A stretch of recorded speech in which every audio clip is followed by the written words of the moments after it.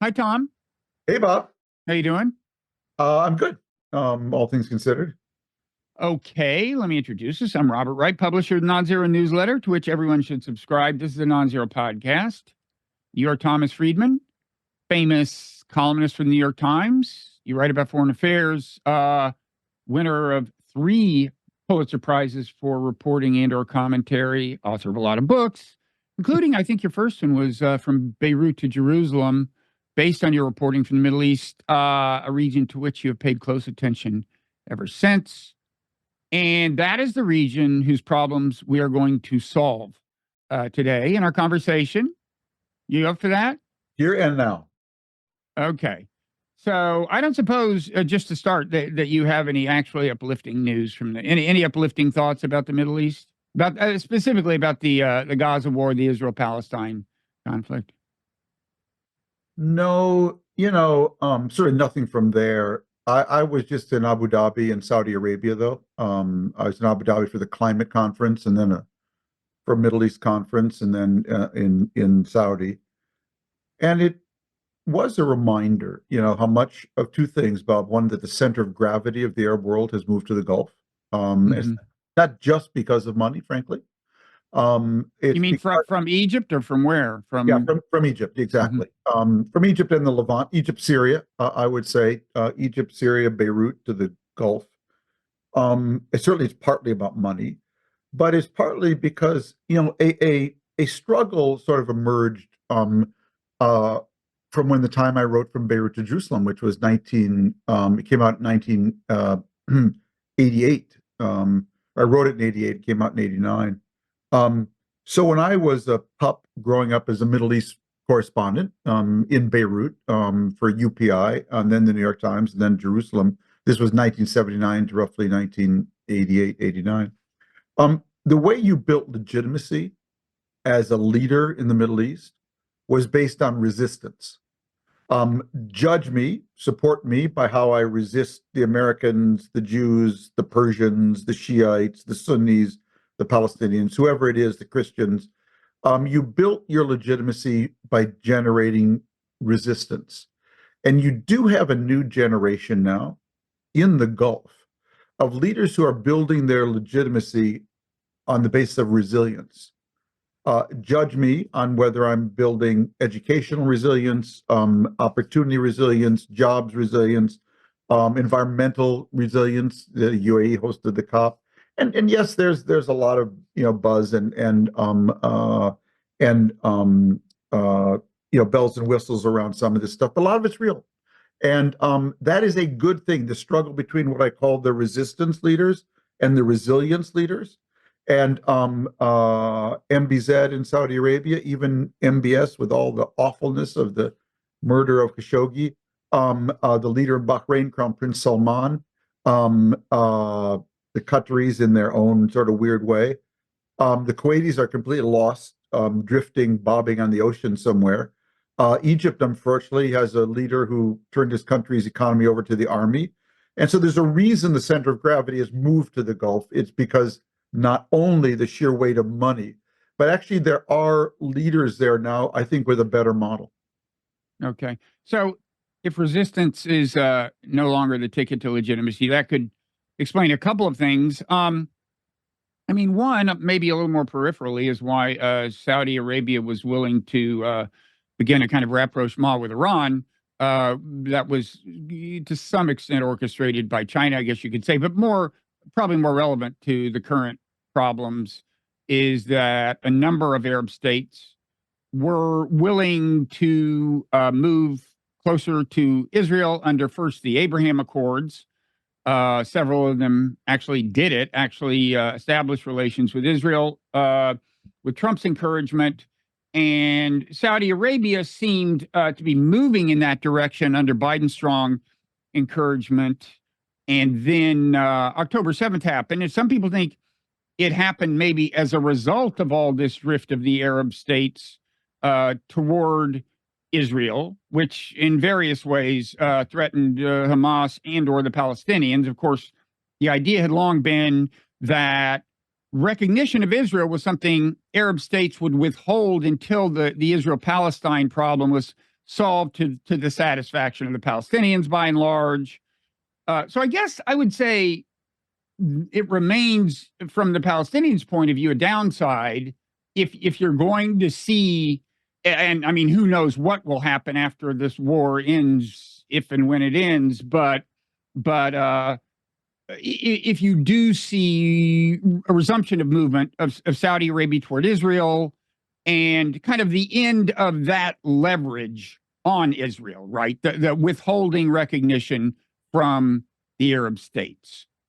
Yeah, it's quite complicated, and it ties back to the whole judicial reform fight in Israel too, which is related to this. But let me just take you back for a second, and then I can explain forward as I see it. So, because I was deeply involved in resisting the judicial reform movement in Israel, and in the that was Bibi's. It was seen as a consolidation of power by Bibi, widely resisted by Israelis. Okay, it was a judicial coup and nothing more than that.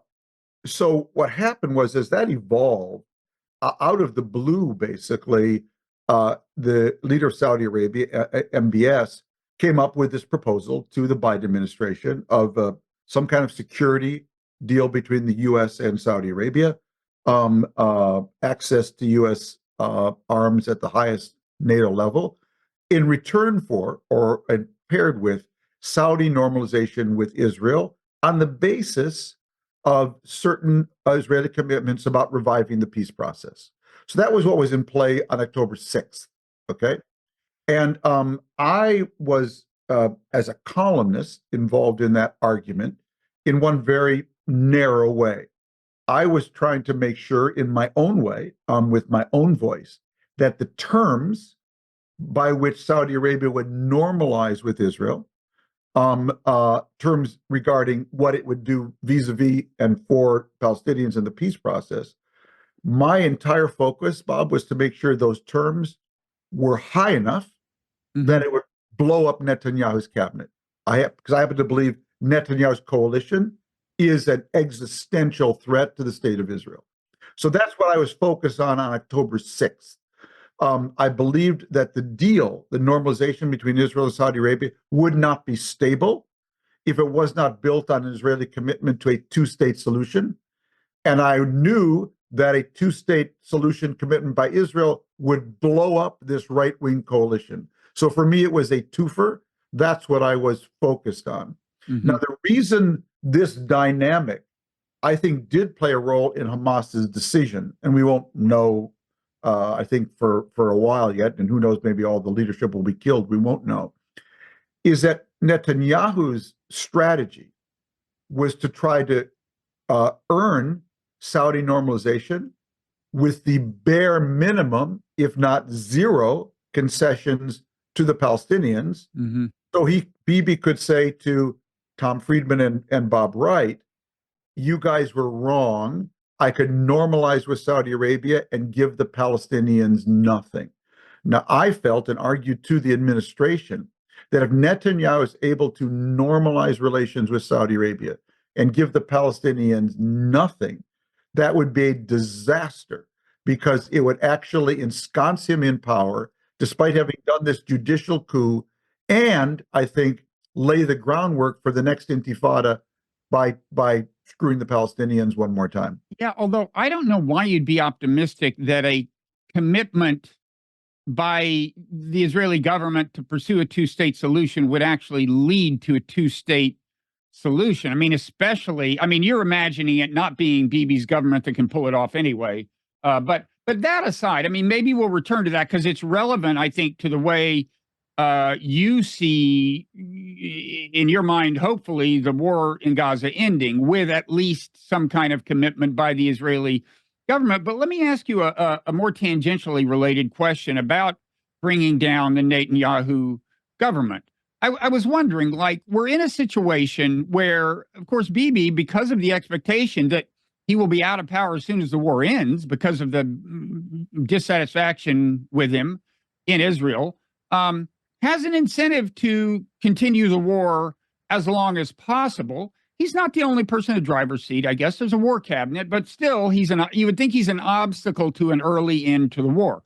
And one thing I've wondered is whether there's a way for Biden to bring the war toward a close in conjunction with bringing the collapse of the Bibi government, right? Because couldn't you imagine Biden getting support from some other people in the war cabinet for something that Bibi's constituency would find unacceptable by way of winding down the war?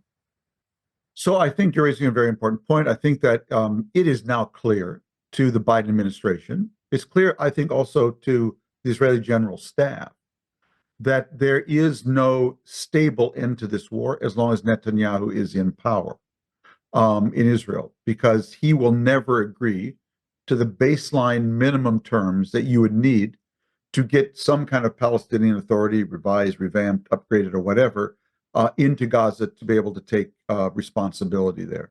So when the Biden-Bibi fight is going to happen, I can't tell you, but it's already simmering beneath the surface. It's coming, and I think Netanyahu will have no qualms about fighting Biden, because he is a cornered, cat right now, and he will scratch anybody in order to stay in power. And to stay in power, he must fuse himself with the far right Smotrich Ben Gvir alliance, 14. Mm-hmm. And they're kind of two hostages groups right now. There's the Israelis taken hostage by Hamas, and Netanyahu is pretty much a hostage of Ben Gvir and Smotrich. They are in the driver's seat now. He's in the back seat, and he will do whatever they tell him to do because his political life and maybe his freedom outside of jail depend on it. Mm-hmm. So you think in principle, Biden could pull something like this off? Let's leave aside reasons he might not want to try right now because of American domestic politics or whatever. In principle, you think he could do it, bring the war to a nearer end, and bring an end to Bibi's political career? Yeah, I think you got to be very careful because you can get backlashes when you try to manipulate anybody's domestic politics, particularly Israel's, and people can chafe at that. So I don't think Biden has to do too much. I'm convinced that once the fighting dies down, this is not a sure thing at all. Bibi Netanyahu is an extremely able and effective politician. But I do believe what you'll see there, Bob, is a massive popular protest of a scale surpassing even what we saw during the judicial reform. Bibi is not the kind of guy to say, "Oh, they want me to go, so I get." The very famous story about Hosni Mubarak. If you remember, he was in the hospital, dying after the whole Egyptian Arab Spring uprising, and the doctors came to him and said, "Mr. President, a delegation, the people want to say goodbye." And Mubarak said, "Where are they going?" So Bibi's not the kind of guy to go quietly into this good night. But I do believe there will be a massive protest. What you have to hope for is that it triggers defections within his party, because this is a parliamentary system. He has a 4-seat majority. Unless 4 of them walk away, or 5, he can stay in power until 2025, no matter what Biden or anyone else says. Now, I gather that maybe one obstacle to anyone trying to steer the war to a close is that the Israeli public seems to have not turned against it. And I have a question about what you think is kind of driving popular support for the war. I mean, I was doing the math, so Israel has now killed, even if you accept Israeli estimates for how many militants they've killed, Israel has still killed like 15 times as many civilians as were killed on October 7th.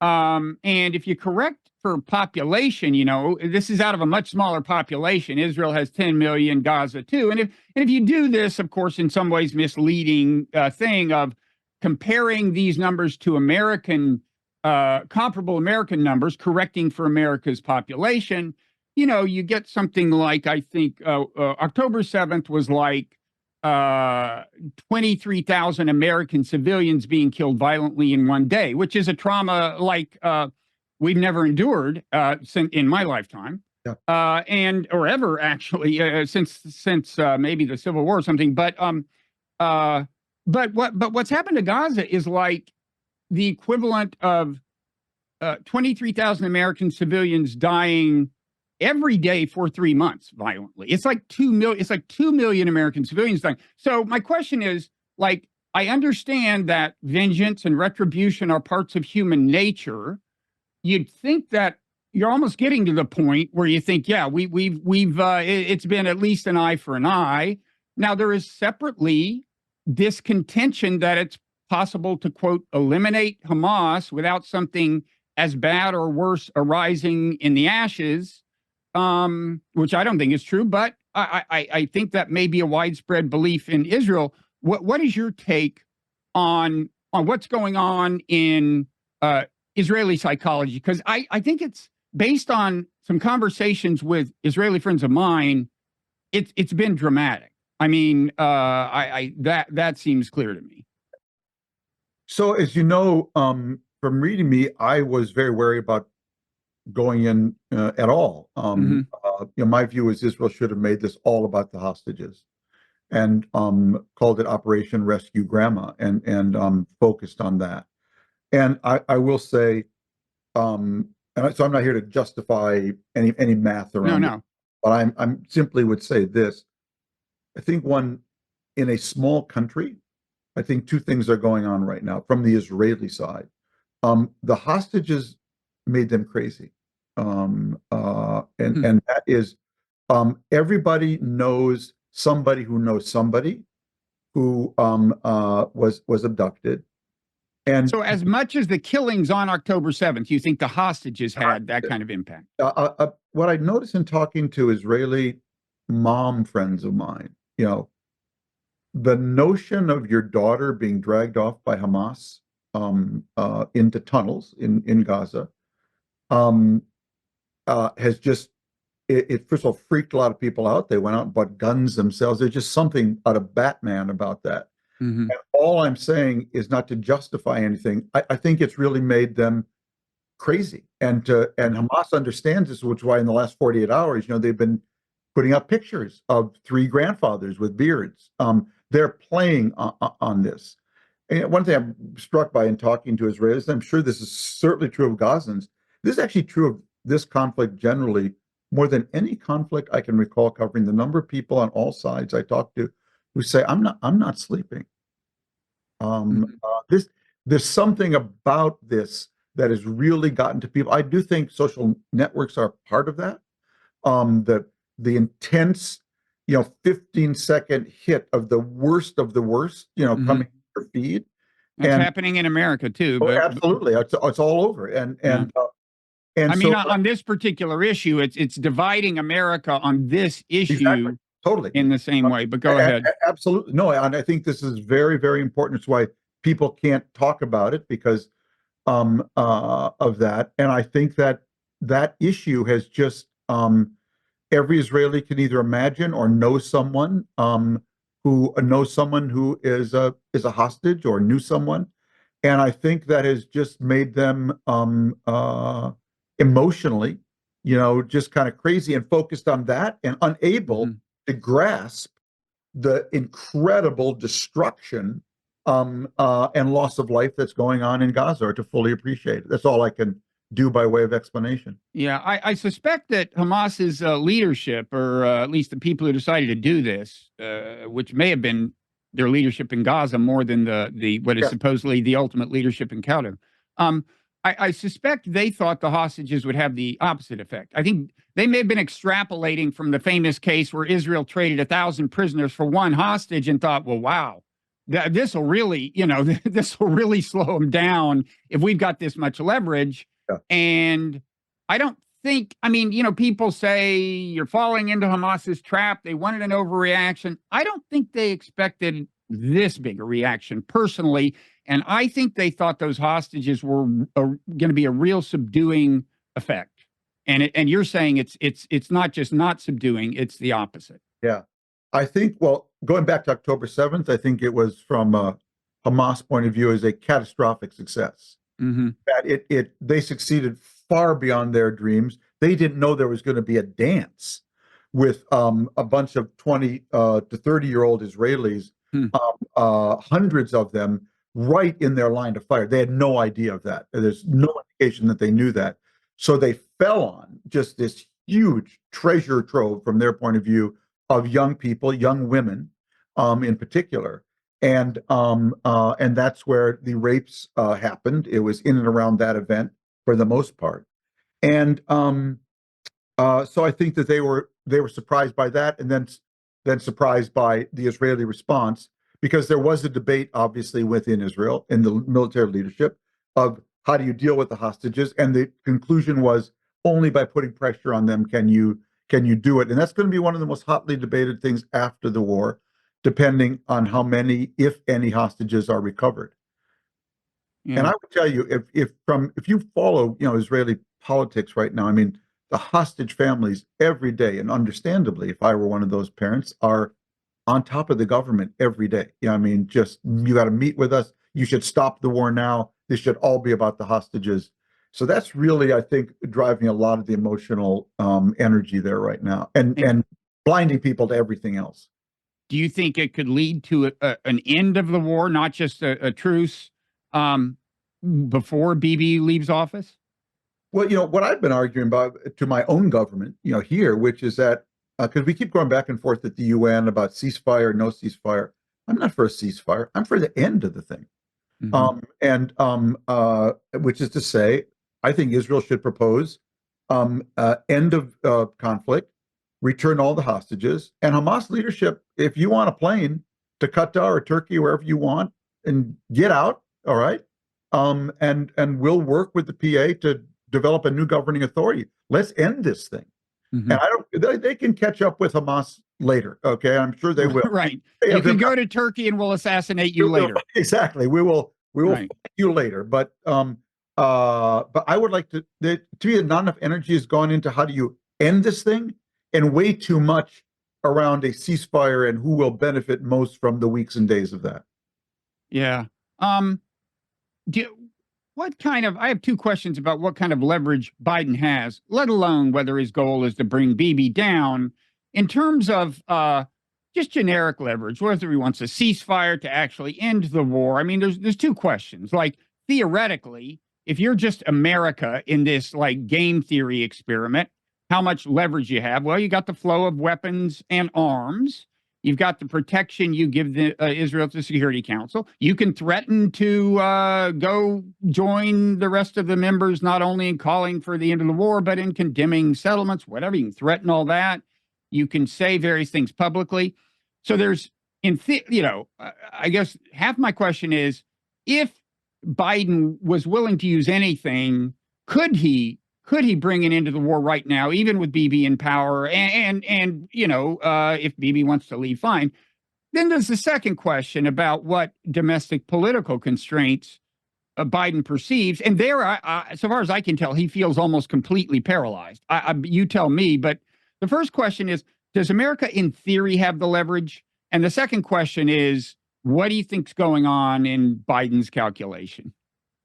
Yeah, let me start with the second, because it's related to my question, the first answer to the first, which is that I think Biden believes that Hamas is a terrible organization that has, in a way, taken Gaza hostage, in many ways, and that is the necessary but not sufficient condition, its removal, dismantling, weakening, whatever, for any kind of progress toward a two-state solution. My problem, I think the danger for the U.S. is that we buy into that argument, and then at the end of the war, you get Netanyahu and the far right there saying, well, thank you very much, pocketing that, and not advancing the peace process at all, in which case we will have, I think, wasted a lot of money, and not to mention, how many lives. And we'll get Hamas too, and son of Hamas. And, one of the things I wrote in Beirut to Jerusalem is, Israel's killed the number 2 man in Hamas a lot of times. It's a quite a regenerative organization. And I would just say, in traveling there, Bob, this is just, you said one of the things that have surprised you. What have I learned? Is that, we tend to talk about Hamas, the Houthis, Hezbollah as militias, groups, terrorists, whatever it is. These are now armies. These armies with brigades and divisions, and in Hamas's case, to a shocking degree, their own defense industry. Like these guys, what they had managed, the failure of Israeli intelligence here was so profound. This was happening right next door, okay? And not only the training for it, and not only the tunnels, but they had developed their own defense industry. And I do think we have to think about this in terms of, again, Hezbollah, the Houthis, that I kind of look at the Middle East right now is that the U.S. has two aircraft carrier groups, one in the Eastern Mediterranean, one in the Persian Gulf right now. We have two aircraft carriers. Iran has four landcraft carriers. They're called Hamas, Hezbollah, the Houthis, and Shia militias in Iraq. And they are, like our aircraft carriers, platforms for projecting power. And there's our on land. And they're deeply embedded in the region and in their societies. And that's a problem. I mean, the Houthis are just firing off rockets that are disrupting global shipping and may bankrupt Egypt. I'm exaggerating, but from the loss of revenue from the Suez Canal. And for the only apparent purpose of proving to the other tribes in Yemen that they've got bigger cojones and they can fire rockets off at the Yehudis. This is a level of global disorder that is very troubling to me. Yeah, although, the force is being deployed, it seems to me, in a pretty calculated way, in the sense that, the goal, and this is why I worry about persisting in the war. It seems to me the closer Israel comes to actually eliminating Hamas. I mean, again, not that I think that would work out for Israel in the end, but I do think Iran would find it threatening. Hezbollah wouldn't be enthusiastic about it, and so on. I would think that as the war goes on, you may see more turning up of the flames, more of what the Houthis are doing now. And this, by the way, this is a huge price that the U.S. is paying, the risk of being engulfed in a regional war. I mean, with Ukraine, I thought I have various issues with the policy, but at least there are ostensibly American interests being pursued if you buy certain assumptions, most of which I don't buy. But that aside, I mean, this just seems all downside for America. The continuation of this war has no redeeming benefits from America's point of view. The risks seem to be growing, although, again, there's pretty careful calculation on both sides so far. But it seems that you can expect the risks to grow as the war proceeds. And that's why, maybe that brings us back to the question of what leverage could America deploy if it wanted to. But go ahead and say whatever you were going to say. Yeah. No, I could, though, make the opposite argument. I mean, the one time Iran stopped its nuclear program, I'm not arguing in favor of this again, was when we invaded Iraq. That's when we got very close. Their reaction was actually not to step it up. It was actually to step it down. If we look at the history, number one, again, I think the danger for America is different, but which is not it's a continuation of the war without any political horizon by the current Israeli government. And that is troubling, deeply troubling to me. I also made the argument early on that Israel maybe should just get out and tell Hamas, okay, you, Mr. Sinwar, have got to come out of your tunnel and govern Gaza. And you've got to answer to your people why you started this war. There is, in all fairness, a giant asymmetry in how the war is covered, because we do, and we should, question Israeli leaders and spokesmen and politicians every single day on what are you doing, okay? But you cannot do that with Hamas. And so we question the Israelis. They give us answers we like, we don't like. We push back on that. But how about asking Mr. Sinwar, what were you thinking? And how could you start a war that you knew from the experience of 4 previous wars with Israel was going to lead at a minimum to, severe damage to Gaza, to civilians that you have not built one bomb shelter for. They're not allowed in your tunnels. Okay. And so there is an asymmetry here that I think we need to be aware of, and we need to be calling them on that as well. Yeah. I mean, again, my view is he didn't anticipate this much of a response. But that aside, that would be an interesting thing to do. Tell me, so when people talk about the costs for America of this, part of it is world opinion, a kind of a loss of stature in many circles, and also the more gruesome the war gets in terms of civilian toll and so on, the more it's like a moral stain on America. And of course, And a moral Israel stain on Israel is going to. well, right, but that's my question. My sense has been for a long time that a lot of Israelis believe, look, a lot of the world is going to hate Israel. And maybe it's because they hate Jews, whatever. There's just a certain constant of hatred. And what we do doesn't have that big an effect on it. Now, I think they're wrong. And I think they're almost demonstrably wrong. Everyone is saying that there's been some increase in anti-Semitic incidents since the war started. I assume you could show that they didn't start on October 8th, that it has more to do with what's going on in Gaza since then. In other words, with Israeli behavior, and it wasn't people kind of chiming in support of Hamas.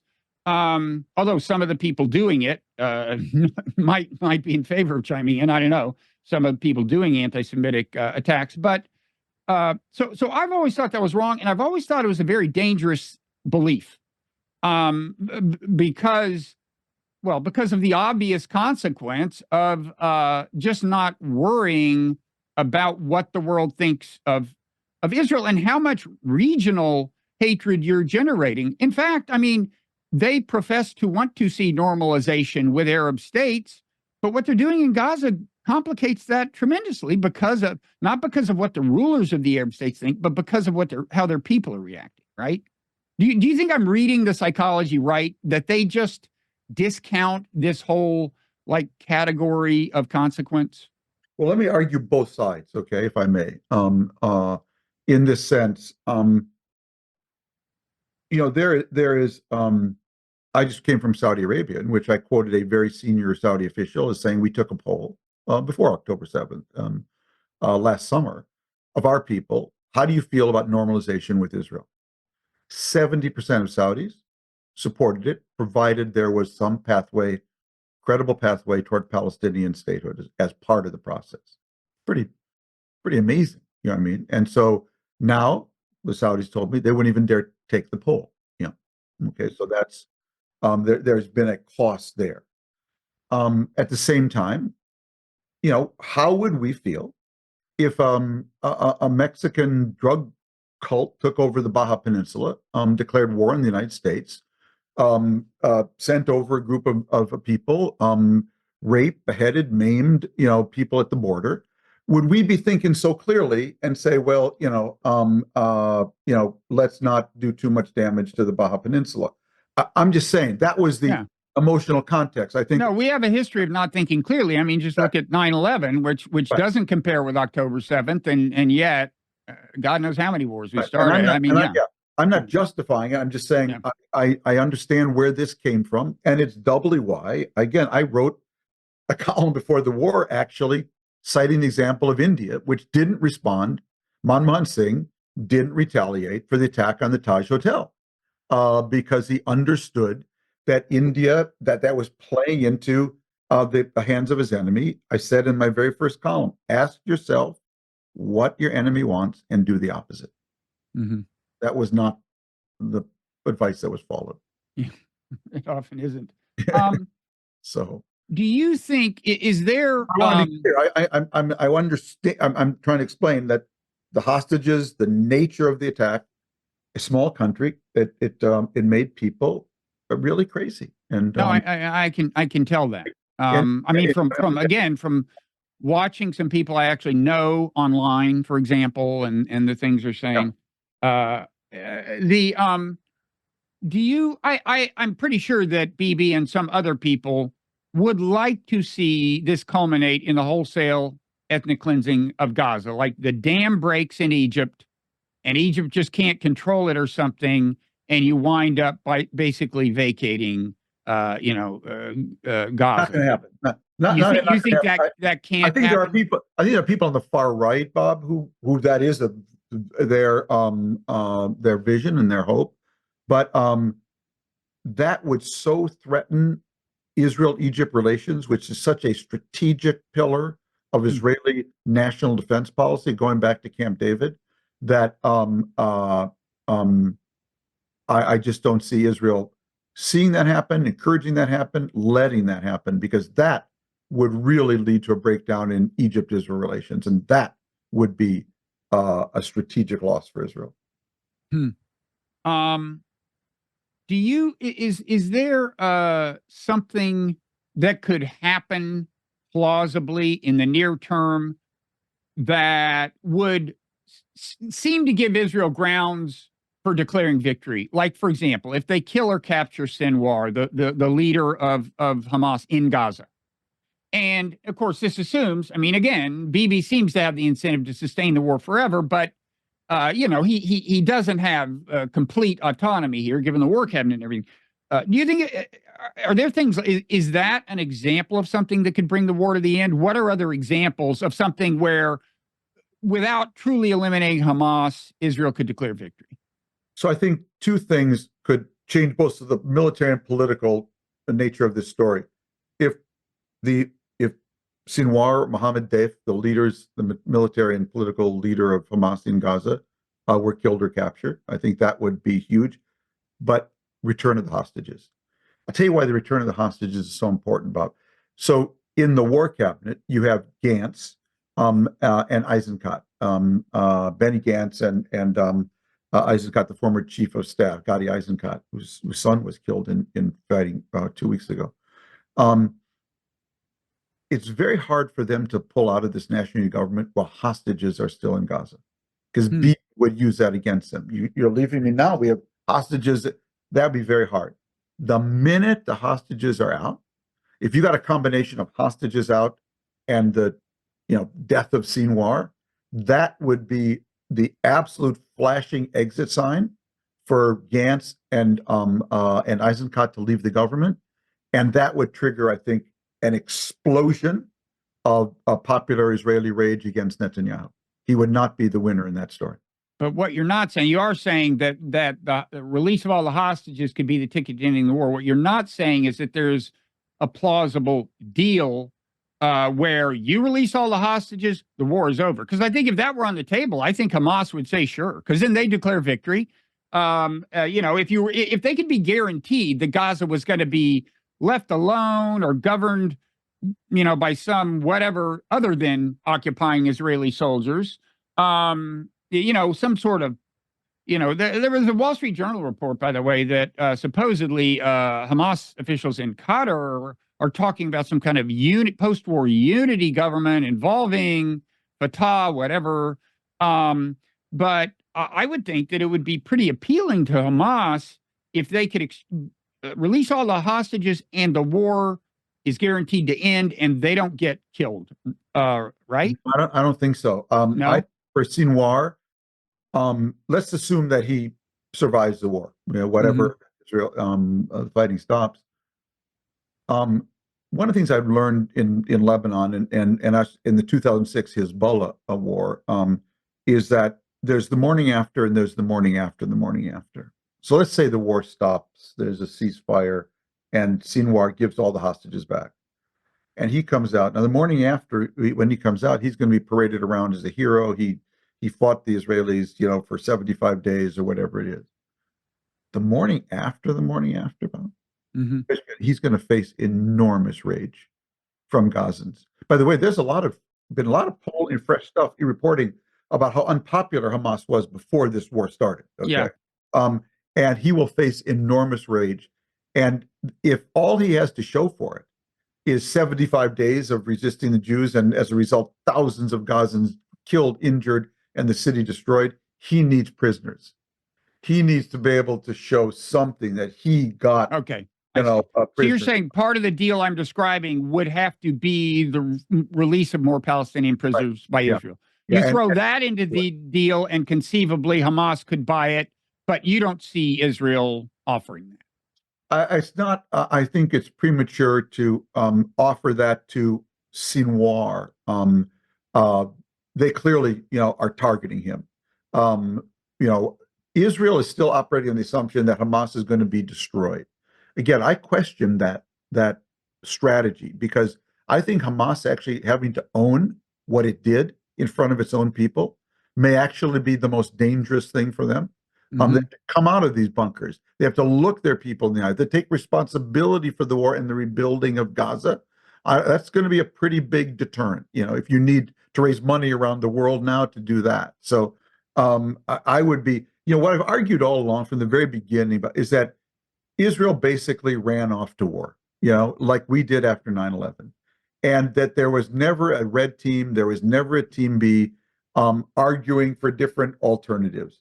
I don't know whether the ones I proposed were right or not, but I've been trying to do that in my own writing to say, wait, well, what if have you thought about this? Have you thought about that? There was an elite. It completely aligned for better and for worse. And we're off to war. And that's where I think what happened on that day was such a shock. And there was a wounded macho. It was a humiliation. And I think I've told you I changed my business card about 6 years ago now from New York Times foreign affairs columnist to New York Times humiliation and dignity columnist, because all I basically cover are people acting out in their sense of humiliation and questing for dignity.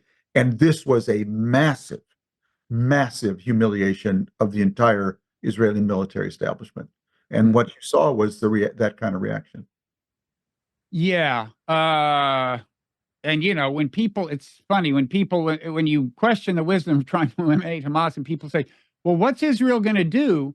Well, I would say, notwithstanding what you said about there being real military force arrayed against Israel, it took an incredible series of lapses for October 7th to happen. Oh, absolutely. Intelligence failures, the misdeployment of forces owing to ultimately, I guess, to the power of the settler constituency. Yeah. So anyway, I know you got to go in a few minutes, but the bringing up the subject of dignity brings us to a question I wanted to ask you in any event, which is, you have said that you have hoped that the war ends with eventually and possibly pretty immediately some kind of commitment of Israel to pursue a two-state solution. I'm skeptical. I mean, I doubt you're going to get anything as concrete as Oslo, even on paper. And we saw what happened there. And, both sides have their complaints about the other. But in terms of Israel's behavior, they kept building settlements. And that has, of course, made a two-state solution much harder. Moreover, I gather the Israeli populace, as a result of October 7th, is less enthusiastic than ever about a two-state settlement. I think I read something about that. I kind of guess it's the case. So yet if you imagine the future without that, it's like, where are we heading? It seems in the long run, if you don't have that kind of solution, you've got either true ethnic cleansing, wholesale ethnic cleansing, not just the kind of the low grade ethnic cleansing happening in the West Bank, where you push Palestinians into smaller population centers, but maybe ultimate expulsion of them from Gaza and the West Bank, or something that just is more and more undeniably apartheid, at least as to the extent that we're talking about Gaza and the West Bank and not Israel proper, right? It's like I am really having trouble getting hopeful here. Maybe you can help. Well, as I've said, and you've known me long enough to know my own worldview is a combination or a tension between Walter Mondale and Thomas Hobbes. So it's the Minnesota two people rarely brought together in the same sentence. I must say, congratulations on that innovation. It's a Minnesota boy who went to Beirut. Okay, so that's right. That's where it came from. And and Mondale was a dear friend and someone I admired, and Hobbs is someone I got to know very intimately in Beirut, covering the Civil War. And I'm going to let my Mondale out just for a moment, my inner Mondale, and tell you that having been covering this conflict since 19 as a reporter. I mean, I'm doing it since I was 15 and I'm 70 now, but as a reporter since 1979, I can't tell you how many times, Bob, where I've heard people say, "That's it, finished, over. Can't live with these people. Just they're animals, they're whatever. I mean, just cannot live with either side. No way. Forget it. Close up shop." Okay. And then the morning after, people wake up and somebody's got a little idea. Somebody holds up a little. I have people sending me peace plans now all the time, but Israelis and Palestinians. And so I just don't believe that we're going to wake up from this and people say, no, never. I think there will be that reaction, but I think there's also going to be a whole nother reaction. I can't tell you how big, how dominant, of people saying, you know what, this whole fantasy we're on, that we can put up a wall, that we can ignore the Palestinian crisis. I think Bibiism, what it represented, which was something that I always said about him, he always wanted to win the debate against the Arab Student Union leader at MIT. And he always wanted to prove, okay, that I can make peace with the Arab states and not make peace with the Palestinians. And that theory, that argument, that what I would call Bibiism, has crashed and burned so spectacularly here, that yes, the morning after, people not be able to think about it, but the morning after, I can tell you, knowing Israel, there are people who are going to walk into that void and say, we need to go back and try some things that we were trying before, figure out why Oslo failed. There's also been obviously just an enormous tragedy for Palestinians, and I've just been with some of them in Abu Dhabi at a very interesting conference. They're already thinking about what the Wall Street Journal was reporting, how we reform the PLO, how we reform our own structures. Maybe none of it will happen, but my inner Mondale is going to be rooting for it. That's what I do.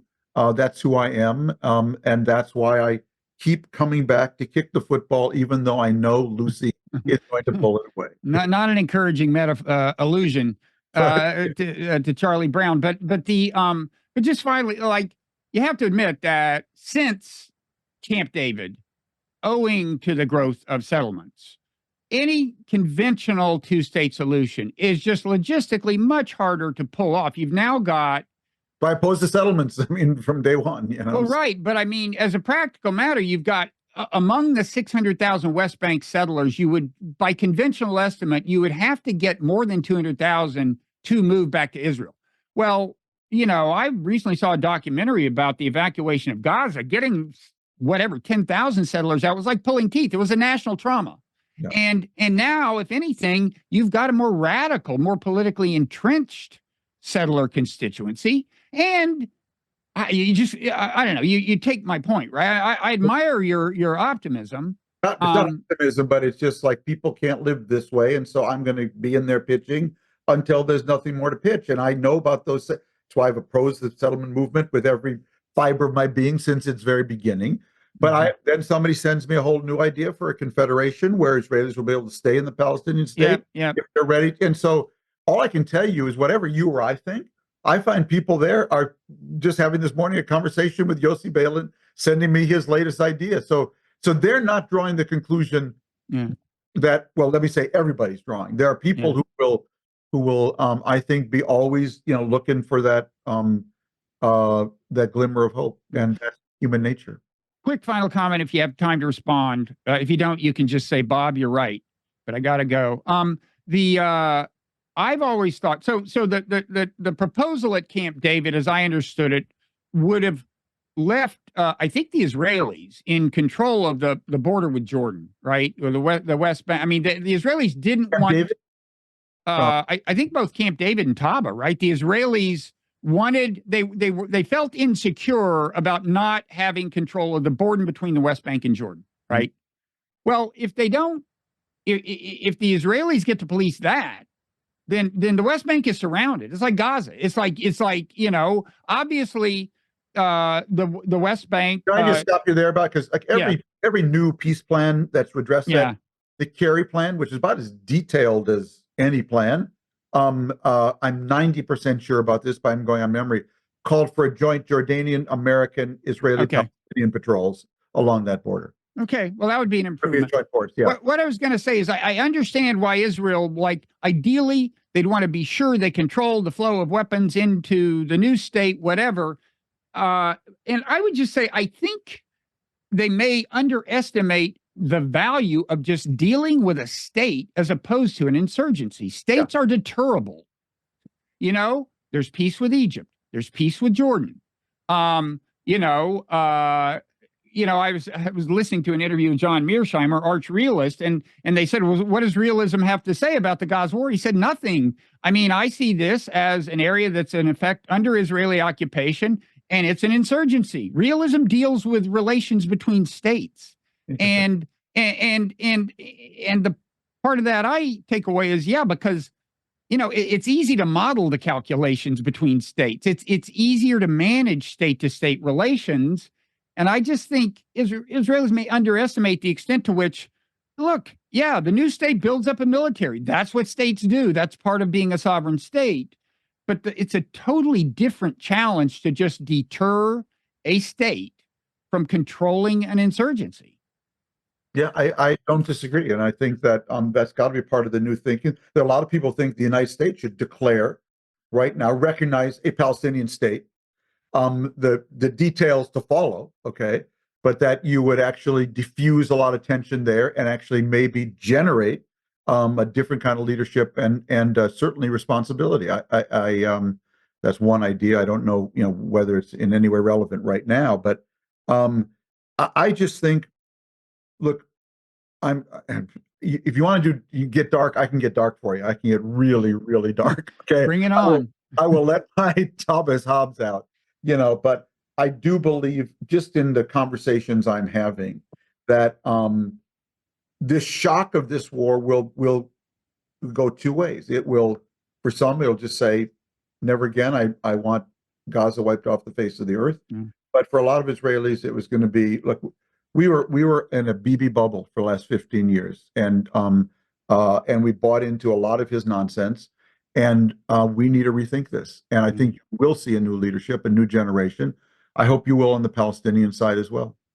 Well, final ray of hope. I heard Lindsey Graham, of all people, saying something like, I don't know if you heard this, but he was saying, like, look, we can either seize this moment and take the wake-up call and do what it takes to get a two-state solution. Maybe I'm putting words in his mouth, but it's something to that effect, or just the downward spiral continues. That was like, I couldn't believe it. I mean, maybe he said things like that in the past, but at this moment, I would think he would still be on his, like, we must extinguish evil in the modern world thing. Well, on that very narrow point, I'm a Lindsey Graham guy, on that very, very narrow point. For the time being. Okay, well, we'll take that. And I do admire you're sticking with the fight, because we do need some kind of enduring solution. Thanks, Bob. Thanks, Tom.